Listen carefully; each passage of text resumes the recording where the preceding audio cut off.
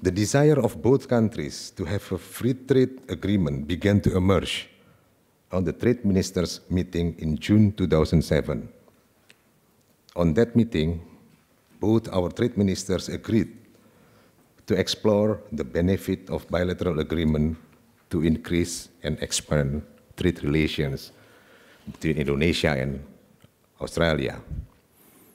On July 2007, our head of states agreed in Bali to conduct joint feasibility study on free trade agreement format, IA-FTA, to analyze the benefit and obstacles on the bilateral economic relations. The joint feasibility study involved representatives of governments, private sectors, and academics of both countries. They started their works in December 2007 and finished it in February 2009. In this regard, so I would like to quote some recommendations from the study, among others. First, an FTA will build on the gains made under ASEAN-Australia-New Zealand FTA, thereby facilitating faster regional economic integration, which is one of the main goals of ASEAN-Australia-New Zealand FTA. In addition, an FTA will provide a solid platform for strengthened engagement and cooperation across a range of non-economic issues.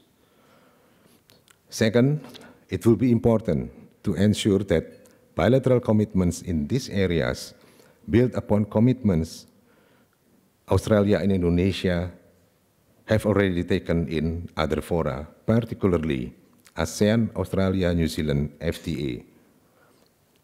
The architecture of a bilateral FTA between Australia and Indonesia will be the subject of negotiation between Australia and Indonesia. Should both governments decide to enter into FTA negotiation covering goods, services, investment, and capacity building, it is recommended that negotiations commence as soon as practicable. Those are three recommendations that I've noted from the joint feasibility study. In order to commence negotiation, once again, as soon as practicable, as recommended by the joint feasibility study, we met in Canberra in a very informal consultation in August 2009 to start discussion on the possible mandate as a legitimate basis for negotiation. We cannot enter into negotiation without legitimate mandate. I think Michael agrees on that. And we also discussed at that time in Canberra a draft. At that time, we call it Indonesia-Australia FTA Agreement Pre-Agreed Fund, or IPEF, proposed by Australia. Discussion on the draft and exploring appropriate time for our governments to formally launch the negotiation took more than a year. During this time, more emphasis and attention were given to economic cooperation and the concept of partnership. Then our trade ministers agreed to expand IA-FTA, becoming Indonesia-Australia-CEPA, Comprehensive Economic Partnership Agreement, covering not merely trade liberalization, but also economic cooperation and capacity building element. Finally, during the visit of Prime Minister Julia Gillard to Jakarta on 2nd of November 2010, our head of states agreed to jointly announce the commencement of negotiation on an Indonesia-Australia Comprehensive Economic Partnership. They agreed to progress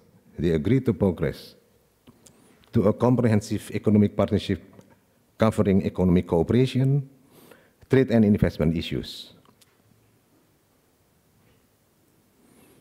President Yudhoyono and Prime Minister Gillard further agreed that negotiations should take into account the joint feasibility study and conduct the negotiation constructively, positively, and with flexibility, recognizing the different level of development of the two countries. Both leaders noted that Australia has established a technical assistance and economic cooperation facility to support the negotiations. The two leaders shared the view that the two countries needs to take into account the result of negotiation on the ASEAN-Australia New Zealand FTA and consistency of the bilateral comprehensive economic partnership with the WTO provisions. As I mentioned earlier, Australia has established a technical assistance and economic cooperation facility to support the negotiation. In this regard, the initiative of Australia to establish an Indonesia-Australia Comprehensive Economic Partnership pre-agreement facility is very much appreciated. The objectives of the facility will be to strengthen economic relations between Australia and Indonesia, support enhanced trade and development outcomes, bring about sustainable long-term impact, and support environmentally sustainable export sectors. In my view, that facility can be constituted as one of Australia's initiatives as a developed country in implementing aid for trade provided for a developing country like Indonesia. It seems to me that the objective of the facility is close to the idea of aid for trade programs, which is mentioned that, quote unquote, because of trade is a broad and complex activity, aid for trade is broad and not easily defined.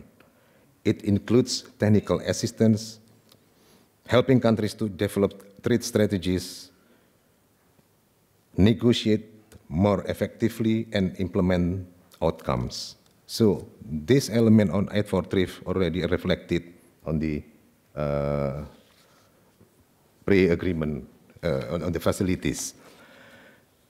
Ladies and gentlemen, I'm fully aware that to enter into trade negotiation, particularly negotiation for trade liberalization, needs good presentation, including a good coordination of national delegation and a process of dialogue and inputs from all stakeholders in society, ranging from the private sectors, NGOs, parliamentary members, and society at large. There is a dialogue process, there is an input process, and there is a public education process. Because of the consultative nature of the process, things may be taking a bit longer, but it is a necessary process to get acceptability by all. For your information, the government of Indonesia has conducted several activities as part of public consultation on IA-CEPA.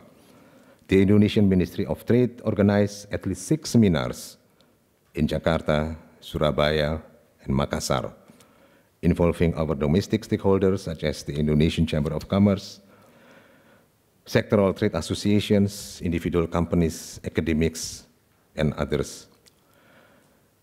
We invited input from private sector as well as government institutions. In closing, it is my hope that IA-CEPA will add significant weight to our effort to hasten the greater prosperity and mutual benefits for our countries. Thank you very much.